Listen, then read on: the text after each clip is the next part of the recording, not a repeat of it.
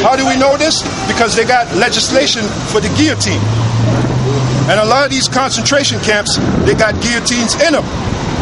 You got the picture? There you go. So that's how this prophecy could be fulfilled. So some of you brothers out there, you will find your head in a guillotine. Some of us back here will find our head in a guillotine. And they're going to put that magic question to you. You going to take that chip? Or you believe in this Yahweh Bashem, Yahweh Shai? They're going to make tell them to go fuck themselves. Exactly. They're going to make fun of the name because these devils don't hold nothing sacred. And then in that moment, that's when hey. So now if the Lord is with you, you've read the examples. Like Peter, when he got arrested, the angel of the Lord came right to the joint and broke Peter out, man. Let's bring that out. So it's going to come down to, do you have faith in Yahweh Bashem? This, like we tell the brothers, it's all about faith. This is totally based on faith. Acts, bring it out. Acts 12 and 7. And behold, the angel of the Lord came. Well, I'll jump up. What's that?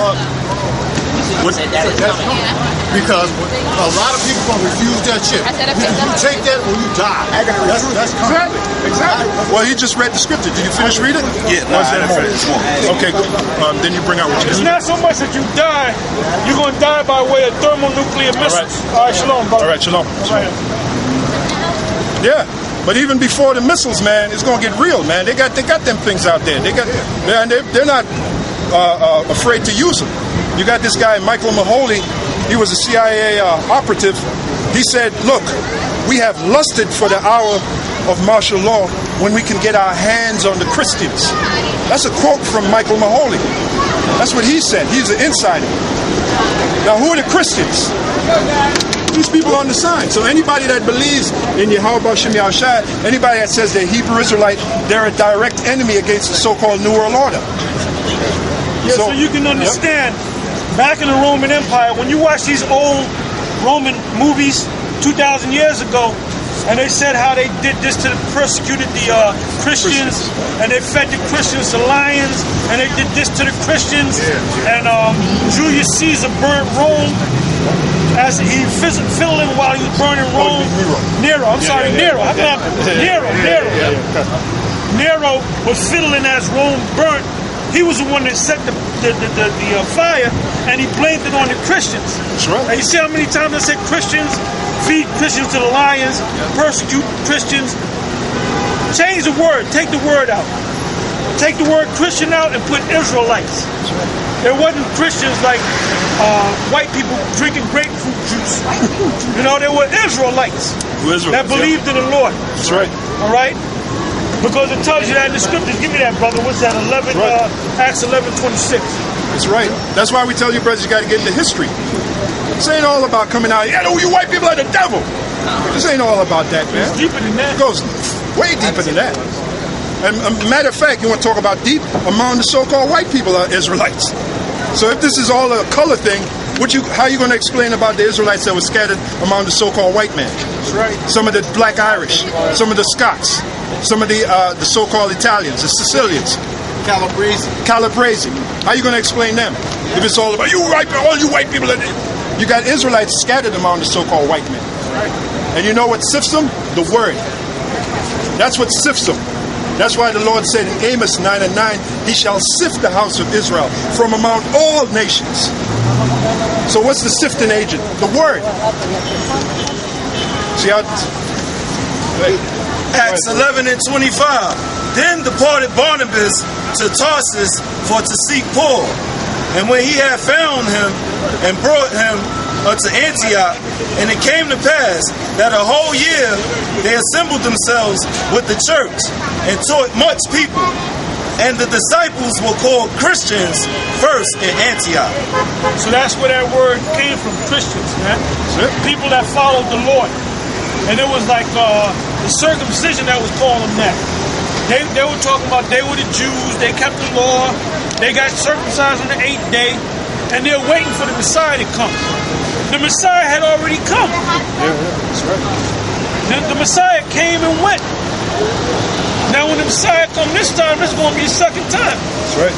Because you got them so-called Jews waiting for the Messiah, because they wasn't back there 2,000 years ago, the dumb idiots. That's right. Then you got a lot of our people that don't believe that the Messiah came. Those are weak ass Israelites, man. They just deal with the Old Testament. All right. Yeah, and they call him JC. Because I had years ago, I was in Brooklyn. I had one of them nut jobs came to me, say, yo, you believe in JC? JC? I'm like, who the hell is JC? Jesus Christ. This was years ago in Brooklyn. Go ahead, bro. So they're out there, just like the elder said, they're out there. That's why Paul said, not all Israel are of Israel. All right, go ahead, Peter. Yeah.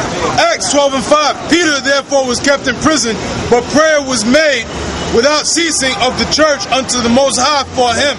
So the point is, for our faith, which we already did that, some of us have gone to prison. You had brothers who was in prison for 4 days. You had brothers who were in prison for 2 days, 1 day. But that's all part of being in this truth. You're going to go to prison. Your family is going to hate you. If you have a woman, if you first come in, your woman's going to leave you.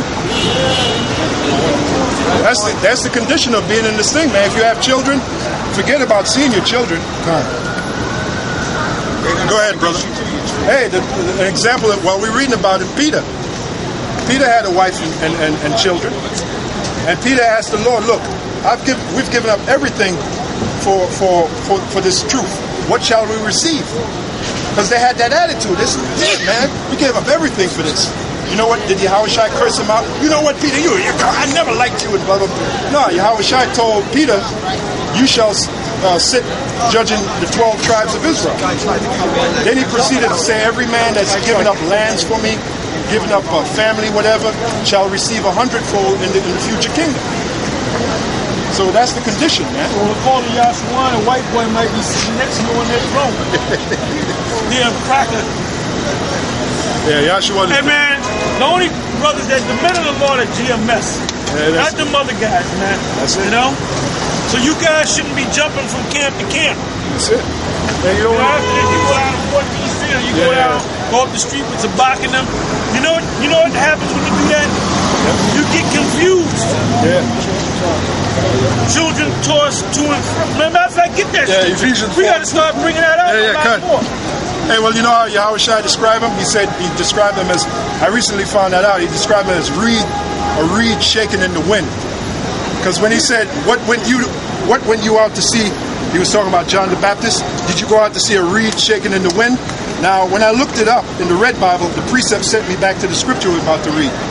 Now, at first, I didn't understand that. I said, what the hell does that got to do with Ephesians 4 and 14? But then the Spirit said, a reed shaken in the wind is like a guy that goes into any philosophy. So Yahushua was being sarcastic. He was saying, look, you went out to see a man that's into any philosophy?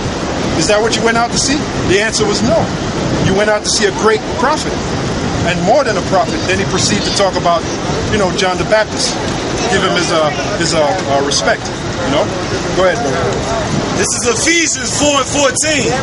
That we henceforth be no more children, tossed to and fro, and carried about with every wind of doctrine. Yeah, well, like the elder said, you go to this camp, you go to that camp. Like, for example, I'm going to ask y'all this. And you're going to have that, I already know you're going to have that befuddled look on your face. Y'all know about, how many of y'all know about Cornelius? Cornelius. Yeah. You heard about Cornelius in Acts the 10th chapter? How many know about Cornelius? Raise your hand. Okay, now this is the question. This is the $1 million question. What nationality was Cornelius? Okay, good. Israel. All right, good. Anybody else? You got the back up there. He teaches that Cornelius is an Edomite.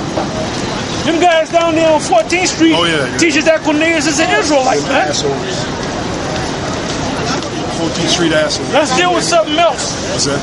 The mark of the beast in the book of Revelation. What is the mark of the beast in the book of Revelation? Nobody know? I know you know. I can see it in your eyes. I know you know. You said it with confidence, man. What is it? The chip? Well, hold up. I thought it was Christianity and an embargo. Do you know what an embargo is? An embargo or tariff is when you don't like the U.S., they don't accept any goods from Cuba. That's called a tariff. It can also be called an embargo. where they got goods to sell to you, but you don't like their policies or their politics because they're communists, you ain't going to accept their goods. All right? So a tariff is this. We ain't going to accept your goods, or we'll accept your goods for a high tax. So this clown, General Yohana, said that the mark of the beast is an embargo in Christianity. He even says Islam. He said if you embrace a religion of Islam, that means you got the mark of the beast. You sleep with white women? If you sleep with white women, that means you got the mark of the beast. So King Solomon got the mark of the beast before the mark of the beast ever came out. Right. Yeah. But that shows you how bad Solomon was. He had the mark of the beast before the mark of the beast came out. The mark of the beast is not even. The mark of the beast is not even here yet. The mark of the beast is coming. That's another form of it. No, that is the only form, brother. Yep. The mark of the beast in the book of Revelation, the Revelation, the 13th chapter, and the start from the 15th verse, 16th verse, one down to the 18th verse. The mark of the beast is his microchip. All right. Now let me tell you something about this microchip. When this monkey, Barack Hussein Obama, Barry Soetoro is his real name, when he had that Obama pill or Obama bill passed, Obama health care. In the health care, I think it's page 1001, 1004. 1004. 1004. Yeah. It speaks about a implantable device. All right? That's right, bro. And it says, you're mandated to get this implantable device, which is this right here, no later than 36 months from the time that the bill was enacted. So you had the Obamacare, right? The health care bill, which was set up by the Clintons. That's the Clintons' bill, man. Because Barack Obama criticized Hillary about that bill, about that health care bill, making people pay for something whether they want health care or not. But he's now doing